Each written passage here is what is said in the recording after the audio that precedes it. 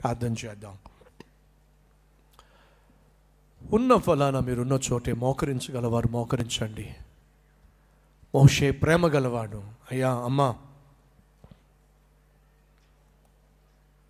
ద్వేషించటం బహు సులభం, ప్రేమించటం బహు కష్టం.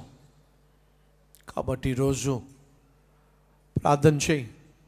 ప్రభువా, ద్వేషించే మనసు నుంచి, దూషించే మనస్తత్వం నుంచి, నోరు జారే వ్యక్తిత్వం నుంచి, కోపతాపాలతో రగిలిపోయేటటువంటి స్థితి నుంచి అయ్యా నన్ను విడిపించు. 40 సంవత్సరాలు అంత అద్భుతంగా ఆత్మీయతను కాపాడుకున్నవాడు చివరి సంవత్సరానికి వచ్చేసరికి ఎంత గౌరవం జరిగింది. ఆ ఒక్కరోజు తొందరపాడుతనము, ఆ ఒక్క గడియ తొందరపాడుతనము మోషే జీవితంలో తీరని నష్టాన్ని తీసుకొచ్చింది. నాయనా, నా జీవితంలో నేను ఈ విధంగా నష్టపోవడానికి వీల్లేదు. నాకున్న కోపతాపాలను, ఆగ్రహాలను, నాకున్నటువంటి శరీర తత్వాన్ని, తెలిసి చేస్తున్న ప్రతి తప్పును, ప్రతి పాపమును నాయన ఒప్పుకొని విడిచిపెట్టి కనికరము పొందుకునే కృప నాకు దయచేయి. మోషే లాంటి వాడే తాను చేసిన తప్పును బట్టి, పాపమును బట్టి అయ్యో మూల్యము చెల్లించాల్సి వచ్చింది. నేనే పాటి వాడిని. మోషే లాంటి వాడిని శిక్షించకుండా నువ్వు వదిలిపెట్టలేదే, మరి నన్ను ఇలా వదిలిపెడతావు? నాయన, వాస్తవము గ్రహించి, సత్యమును గ్రహించి నా జీవితాన్ని భద్రపరుచుకునే కృప దయచేయి నాయన. అలాగే మోషే వాళ్ళే ప్రార్థించే మనసు నాకు దయచేయి. శత్రువుల కొరకు, నన్ను గాయపరిచే వారి కొరకు, నన్ను బాధ పెట్టేవారి కొరకు ప్రార్థించే మనసు దయచేయి. ఇశ్రాయేలు యొక్క రక్షణ కొరకు, వారి యొక్క క్షేమం కొరకు మోషే ఏ విధంగా ప్రార్థించాడు, ప్రభువా నా కుటుంబ రక్షణ కొరకు, అలా ప్రార్థించే మనసు నాకు దయచేయి. ఈరోజు ఈ వాక్యము ద్వారా దేవుడు నీతో మాట్లాడినట్లయితే, ఏ లోపాన్ని బట్టి అయితే నువ్వు దేవునికి దూరం అవుతున్నావో, ఏ పాపాన్ని బట్టి అయితే దేవుని యొక్క జవాబులు పోగొట్టుకొని ఈరోజు దిక్కు మాలిన స్థితికి చేరావో, తప్పు తెలుసుకొని మోషే దేవుణ్ణి మాత్రం విడిచిపెట్టలా. చేసిన తప్పును బట్టి శిక్ష భరించడానికి సిద్ధపడ్డాడు, కానీ దేవుని మాత్రం విడిచిపెట్టలా. కనికరము పొందుకున్నాడు. కాబట్టి మోషే కనికరము పొందుకొని అడుగు పెట్టలేకపోయినా 1500 సంవత్సరాల తర్వాత అడుగు పెట్టాడో, పరలోకం నుండి దిగి వచ్చాడో, ఆ కొండపైన యేసయ్యకు కనిపించాడో. సహోదరి సహోదరుడా, నీ తప్పు నువ్వు తెలుసుకొని ప్రభు యొక్క కనికరం కొరకు వేడుకున్నట్లయితే నీ కోరికను ఖచ్చితంగా నా ప్రభు నెరవేరుస్తాడు. ప్రభువా, నేను అడుగు పెట్టకపోయినా కనీసం చూడనిస్తావా? రా, తీసుకెళ్తారా? చూడనిస్తారా? తన చివరి కోరికను దేవుడు నెరవేర్చాడు. ఈరోజు ఈ మాట వింటున్న ప్రియ సహోదరి సహోదరుడా, మోషే వలె దేవుణ్ణి హత్తుకో, మోషే వలె దేవుణ్ణి పట్టుకో, మోషే వలె చివరి వరకు దేవుని పాదాలను విడిచిపెట్టకుండా హత్తుకో. మోషే తుది శ్వాస దేవుని సెలవు ప్రకారమే విడిచిపెట్టాడు. అద్భుతం. భక్తులు సెలవిస్తున్నారు మోషేను దేవుడే సమాధి చేశాడని. ఎక్కడ సమాధి చేశాడో ఏ ఒక్కరికి తెలియదని. దేవుడే అంత ప్రత్యేక శ్రద్ధ మోషే పట్ల చూపించాడు. ఒకవైపు కోపగించాడు, మరొక వైపు కనికరము చూపించాడు. ఈరోజు దేవుడిని నువ్వు క్షమించడానికి సిద్ధపడుతున్నాడు, కనికరము చూపించడానికి సిద్ధపడుతున్నాడు. కనికరం పొందుకోవడానికి నువ్వు సిద్ధపడుతున్నావా? అవునన్నట్లయితే మీ హస్తాన్ని ప్రభువు చూపిస్తారా? స్తోత్రాలు, వందనాలు చెల్లిస్తున్నా.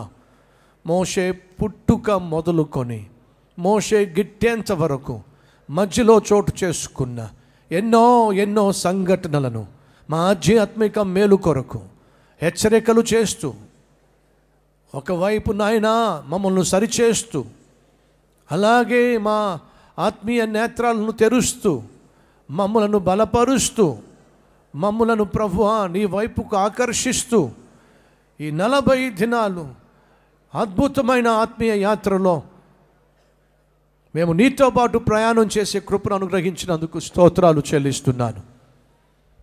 ఈ ముగింపు వేడుకలో మాతో మాట్లాడినందుకు, నీ సన్నిధికి వచ్చిన ప్రవాహముతో నాయన నీవు ముచ్చటించినందుకు, అలాగే సూటిగా స్పష్టంగా మాట్లాడి మోషే వలె ప్రేమించాలని, మోషే వలె సహించాలని, మోషే వలె ప్రార్థించాలని మాకు నాయన హెచ్చరిక చేశావు. అటు మనస్సు మాకు దయచేయమని, అటు హృదయము మాకు ఇవ్వమని, ఆ విధంగా నశించిపోతున్న మా కుటుంబ సభ్యుల పట్ల భారము కలిగి ప్రార్థించే మనస్సు దయచేయమని, ఎంత గొప్ప నాయకుడైనా, ఎంత గొప్ప ప్రవక్త అయినా తప్పటడుగు వేస్తే తాను చేసే తప్పు తనను గమ్యానికి చేరకుండా ఎలా అడ్డుపడుతుందో, తన ఆశను ఎలా నిరాశగా మిగులుస్తుందో నాయన సూటిగా మోషే ద్వారా మాతో పంచుకున్నావు. విత్తబడిన ఈ వాక్యం ద్వారా మేము హెచ్చరిక పొందుకుంటున్నాం. అయ్యా, 40వ సంవత్సరం దాకా వచ్చేసాడు, అక్కడ పొరపాటు జరిగింది, అక్కడ తప్పు జరిగింది. చివరి సంవత్సరంలో జరిగిన తప్పు వల్ల, పొరపాటు వల్ల మోషే చేరుకోవాల్సిన గమ్యానికి చేరుకోలేకపోయాడు. నాయన, కార్యారంభము కంటే కార్యాంతము మేలు కనుక నన్ను, మమ్ములను నాయన చివరి వరకు చేయబట్టుకొని నడిపించు నాయన.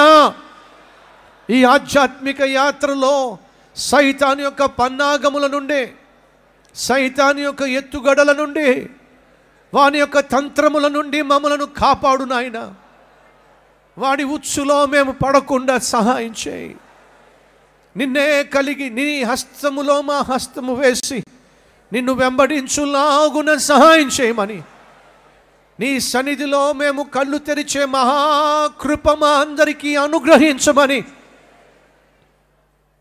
వచ్చిన ప్రతి ఒక్కరి పేరు జీవగ్రంథంలో లిఖింప చేయమని, నీ రాజ్యములో నీతో ఉండే భాగ్యము దయచేయమని, ఏ రీతిగా మోషే నాయన నీ సన్నిధికి చేరాడో, వాగ్దాన భూమిలో అడుగు పెట్టలేకపోయినా పరలోకపు భూమిలో అడుగు పెట్టగలిగాడు. తిరిగి నాయన ఈ భూమి మీదకి రాగలిగాడు. తన కోరికను అద్భుతంగా నెరవేర్చావు కనికరముతో. అలాగే మా జీవితాలను కనికరించి మీ మహాకృప చూపించి నీ చిత్త ప్రకారము మేము అడిగిన, వేడుకుంటున్న ప్రతి ప్రార్థనకు జవాబు దయచేయమని, మా జీవితంలో సమస్యలు వస్తే ఒకరికి బడి ఒకరు ఏడవక, ఒకరితో ఒకరు గొడవ పడక, మోషే వలె నీ సన్నిధిలో సాష్టాంగ పడితే మా కనుచూపు మేరల్లో జవాబులు కనిపించకపోయినా ప్రార్థన ఆ జవాబును చూపిస్తుంది. అది మా దగ్గరలోనే, అది మాకు అనుగ్రహిస్తుంది. ఈ సత్యమును గ్రహించి నాయన నీ పాద సన్నిధిలోనే మాకున్న ప్రతి అవసరమును నీతో చెప్పుకొనులాగున, జవాబును పొందుకొనులాగున సహాయము చేయమని, ప్రియులు నాయన 40 దినాలు ఉపవాస ప్రార్థనలో పాలు పంచుకున్నారు. అలా పాలు పంచుకున్న వారిని బట్టి మీకు వందనాలు. వారిని బహుగా దీవించమని, ఈ ముగింపు ప్రార్థనలో పాలు పంచుకున్న మా ప్రియులందరినీ ప్రత్యేకంగా ఆశీర్వదించి క్షేమంగా వారి గృహాలకు చేర్చమని, అలాగే రేపటి కొరకు మమ్మను సిద్ధపరచమని యేసునామం పేరట వేడుకుంటున్నాము తండ్రి.